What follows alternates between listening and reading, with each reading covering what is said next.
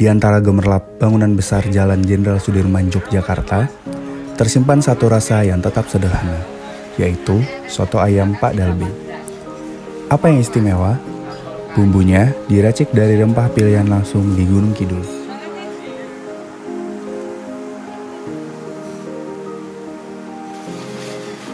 Pak Dalbe menyiapkan mimpi yang ia bangun setiap hari untuk sebuah soto di awal hari. Nama saya Latif. Di sini Pak Dalbe sebagai kakak kandung saya. Dulu Pak Dalbe itu ngikut padinya dijualan di Keraton tahun 90-an, terus berdiri sendiri tahun 95 di depan halte Bernas. Terus pindah ke sini tahun 2004 sampai sekarang. Bumbu-bumbunya kan dari rempah-rempah dapur semuanya ada, terus jadikan satu, rasanya biar seger. Untuk resepnya dari awal sama, terus bumbunya dimasak di Wonosari. Terus tiap minggu diambil satu kali, sudah diracik satu bungkus. Dari ini habis jualan ini setengah dua tutup, terus ayamnya itu disembelih itu sampai malam, terus dirajang-rajang, terus dimasak ayamnya itu. Terus habis itu dibikin sate, habis itu satenya itu dibacem. Setengah 3 udah bangun lagi, bikin nasi sama sayur-sayurnya biar seger kan pagi. Sayur-sayurnya bikin pagi pasar Dembangan itu. Bagian paling krusial itu kuahnya. Pas itu masakin ayamnya kan harus dengan serius. Habis didiemin kuahnya nggak ada apinya itu harus diem, nggak ada yang disenggol. Soalnya kalau disenggol kuahnya kecut. Ceritanya itu pas kuahnya kan belum ya seperti tadi, kuahnya ya ada kesenggol dulu, ada gempa itu, terus kok kecut semua gitu. Terus aku alasannya ya itu kuahnya kesenggol apa-apa gitar gitu. Ya itu termasuk kemajuan sekarang, kemajuan digital dan sosial media itu jadi bantu untuk ini generasi ke generasi. Pakai GoFood ada, Gojek itu juga pakai itu. Pakai biar mudah alat transaksi kan, kalau nggak ada kembalian sulit. Sekarang pakai kris saja gitu, lebih efisien. Artis soto ini untuk memenuhi kebutuhan sehari-hari dan umum ke masyarakat itu. Soto itu kuliner wajib Jogja. Masa depan ini mudah-mudahan semakin terkenal dan masyarakat Jogja, terutama di Jogja, di soto ayam Pak Dalbe. Oke.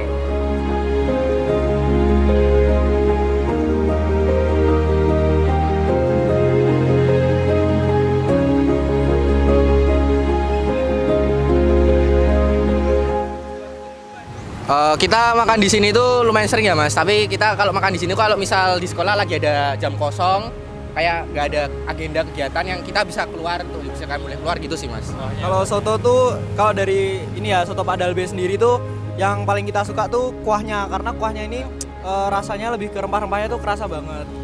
Paling saya suka ya itu kuahnya sama enak banget, sama sate-sateannya ini enak karena dagingnya banyak.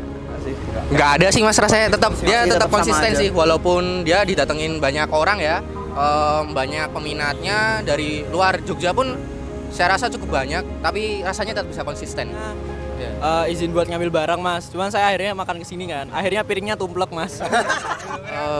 Bisa cukup terkenal ya, mungkin karena pengaruh media sosial saat ini ya Mas, karena mungkin banyak food vlogger mungkin yang datang ke sini kan, yang namanya media sosial sekarang dengan menyebarkan luas informasi itu sangat mudah sih Mas menurut saya, makanya bisa viral. Arti soto sebagai Jogja itu hidangan pagi yang wajib untuk dinikmati. Orang Jogja kalau nggak makan soto nggak nyeni. Soto tuh kalau bagi orang Jogja tuh kayak udah kayak kopi pagi. Kalau bagi saya udah kayak, bagi orang Jogja udah kayak makan soto ini udah kayak kewajiban dan tanggung jawab. Tanggung jawab. Kalau menurut saya harus terus dilestarikan sih Mas, karena itu kan sebagai minat dari luar DIY itu untuk berkunjung ke wisata di Jakarta, sehingga memajukan ekonomi yang ada di Jogja ini. Saya pernah diceritain bapak saya juga kalau soto Pak Dalbe ini udah ada pas dari zaman bapak saya, jadi itu kayak emang rasanya nggak pernah berubah juga. Jadi itu ini udah jadi apa namanya kayak tempat destinasi wisata buat makan soto yang enak di sini. Karena enak. Wes, mau kemana pun misalnya habis olahraga, mau habis ada kerjaan di pagi hari gitu, apapun ya makannya soto pasti. Sejak pindah dari halte Bernas ke Terban, soto ini tak lagi sekedar makanan. Ia jadi bagian dari cerita. Cerita tentang sosok ramah dan bersahaja soto yang Pak Dalbe sajikan.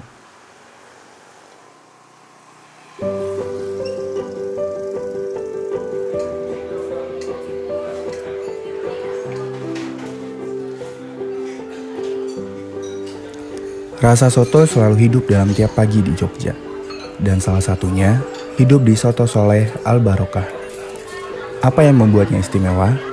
Soto Soleh Al Barokah selalu menjaga cita rasa soto dengan memasak nasi dan kuah soto dengan kayu bakar, memilih daging terbaik, dan menjaga resep turun-temurun tanpa kompromi. Setiap seruput kuahnya seakan membawa kita menyusuri sejarah kota ini.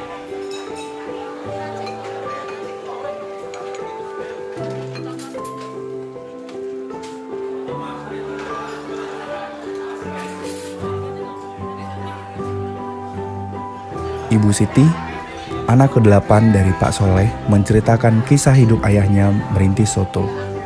Sejak tahun 60-an, Pak Soleh memikul dagangannya dari satu sudut ke sudut lain alun-alun selatan, tepatnya di Balai Inggil. Dari langkah kecil itu, tumbuh cita rasa yang kini melegenda. Nama saya Siti Rofi'ah. Saya di sini putra ke-8 dari Bapak Haji Muhammad Soleh, pemilik warung soto ini. Jadi sekarang yang menggantikan saya. Tahun 52 Bapak sudah masuk Yogyakarta dari Kebumen. Nah di situ masih ikut merintis jualan pamannya. Nah setelah menikah Bapak saya jualan sendiri, mikul ya sama ibu saya. Jadi mikul dari gang ke gang, dari ya turut jalan besar maupun masuk gang itu. Nah, mangkal di kantor-kantor seperti kantor PP Muhammadiyah, kantor Balai Kota Lama, dulu ada di Jalan Gak Dahlan, dan di Siti Hinggil, alun-alun selatan. Nah, di Siti Hinggil itu dulu kan sebelum ada kampus UGM itu, kampus UGM itu ada di Siti Hinggil itu. Nah, disitulah Bapak mulai dikenal. Dari situ terus tahun 82 Bapak pindah di sini, Mas. Karena di sana cuma kontrak 32 tahun di sana. Nah, itu pindah di sini dengan dipinjemin tanah oleh sahabat karibnya beliau, Pak Haji Saiful Mujab. Terus dipinjemin di sini sambil Bapak untuk diminta membantu dakwah di kampung Tegalrejo ini. Zaman dulu kan nggak ada medsos, Mas, cuman dari mulut ke mulut sampai ke Malaysia, sampai ke Brunei ya itu. Lah itu juga ini cuman istilahnya dari mungkin mahasiswa yang dulu kuliah di UGM ya, itu Bapak saya pernah cerita kok, itu langgananku mungkin malah dulu mahasiswa yang datang dari rantau-rantau lah, dari situlah dari mulut ke mulut sampai ke anak cucunya Mas kesini. Kalau enggak pas ayahnya kesini pernah, Mas, dari ini kedokteran UM-nya ya. Saya ini loh, ayah ibu saya dulu kalau pacaran di sini, duduknya di pojok. Pernah, Mas, gitu. Sampai padahal kita udah, oh iya, di sini. Ini saya juga sekarang di kedokteran juga, Bu. Dan di sini nih, bapak saya dari dulu percayalah. Maksudnya percaya apa-apa dihidangkan. Jadi tidak dihitung gitu loh, misalnya daging ataupun apa ditaruh di meja, nanti tinggal pelanggan tamu yang ngitung. Jadi monggo mau istilahnya jujur apa enggak itu monggo terserah, bapak saya ikhlas gitu loh. Itu bapak saya sampai nulis ayat penggalan Quran itu ya.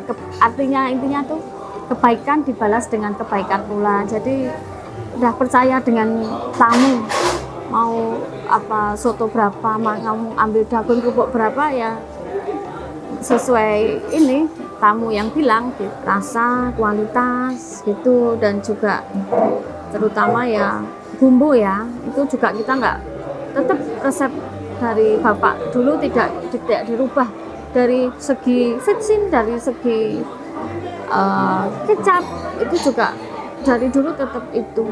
Ya masaknya itu daging datang tuh jam 3:30 ya. Sebelum subuh tuh udah datang. Terus tapi kan untuk ngeracik bumbu kan sudah sore.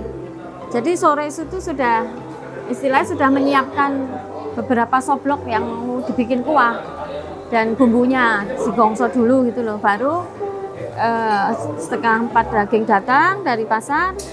Terus ya dimasak sambil menanak nasi ya. Dan kita nggak pakai presto ya, nggak pakai alat presto, murni dari pakai areng. Jadi kita nggak pakai gas, pakai areng. Sama masak nasinya pakai kayu bakar. Jadi yang banyak bermasalah itu di daging.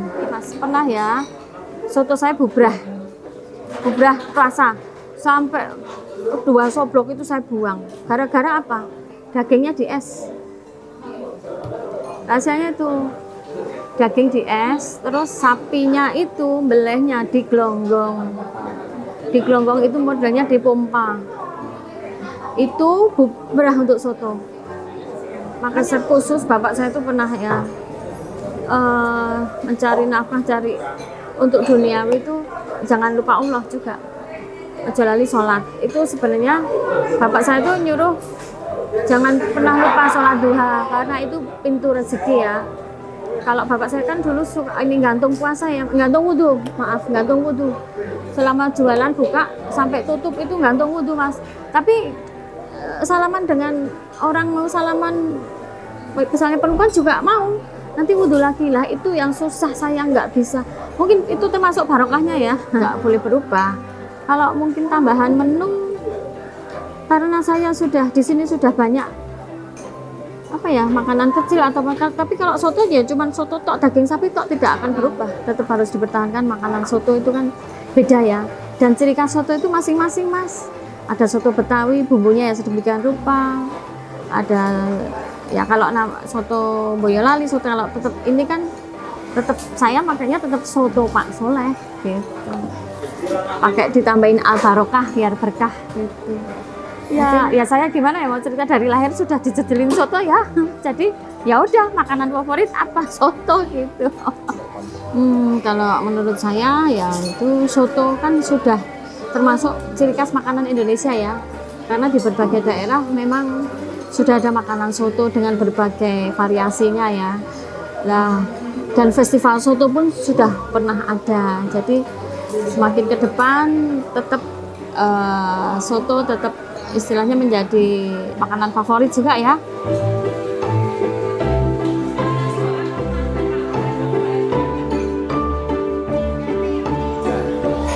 Assalamualaikum warahmatullahi wabarakatuh. Nama saya Muhammad Busra Mogodas. Saya penduduk asli Yogyakarta. Walaupun ayah saya dari Banjarnegara, tapi ibu saya dari Yogyakarta. SMP kelas 2 itu saya sudah mengenali soto Pak Soleh. Soto Pak Soleh dulu sederhana banget, tapi pengunjungnya luar biasa. Padahal masuk kampung dicari itu ya, sampai kadang-kadang kami nggak jadi karena banyak antrinya. Kemudian Pak Soleh yang sangat ramah itu, Bu Soleh yang sangat ramah, keduanya sudah almarhumah, itu dibantu putra-putrinya yang juga ramah, sama seluruh pegawainya yang dari Kebumen yang ramah-ramah. Nah, keramaan itu membuat saya dan teman-teman saat itu bukan saja terkesan dengan keramahan itu, tapi soto Soleh yang saya kenali kurang lebih 30 tahun yang lalu itu rasanya nggak berubah. Keaslian soto Pak Soleh itu dari dulu acek. Mungkin ini dirawat, bumbu apanya saya nggak tahu. Nah, saya agak rutin ke sini. Ini saya membawa satu keluarga pas liburan, ya, satu keluarga, kakak kandung dan sebagainya, cucu-cucu dan sebagainya. Dan teman-teman saya juga sering ke sini, baik yang keturunan Cina maupun yang asli pribumi Indonesia sering ke sini. Jadi sering dijuluki soto ini pemersatu umat dan pemersatu bangsa-bangsa.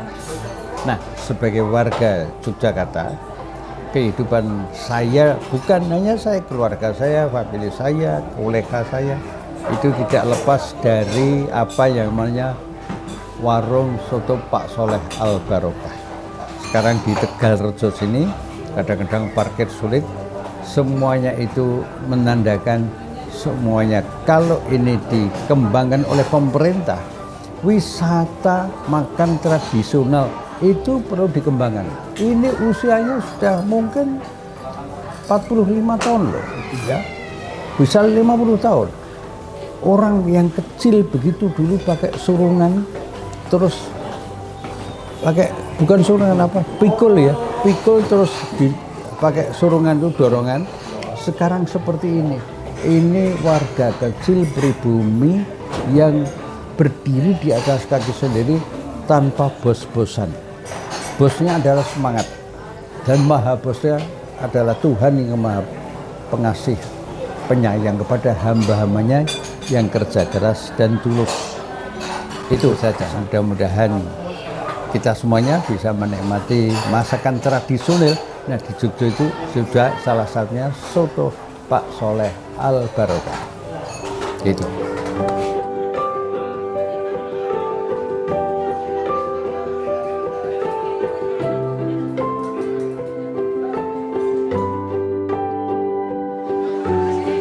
Kedua soto tersebut tentu memiliki kenangan dan cerita tersendiri untuk masyarakat Yogyakarta yang mencicipinya. Kalau kamu, ada cerita apa yang kamu miliki di antara kedua soto tersebut?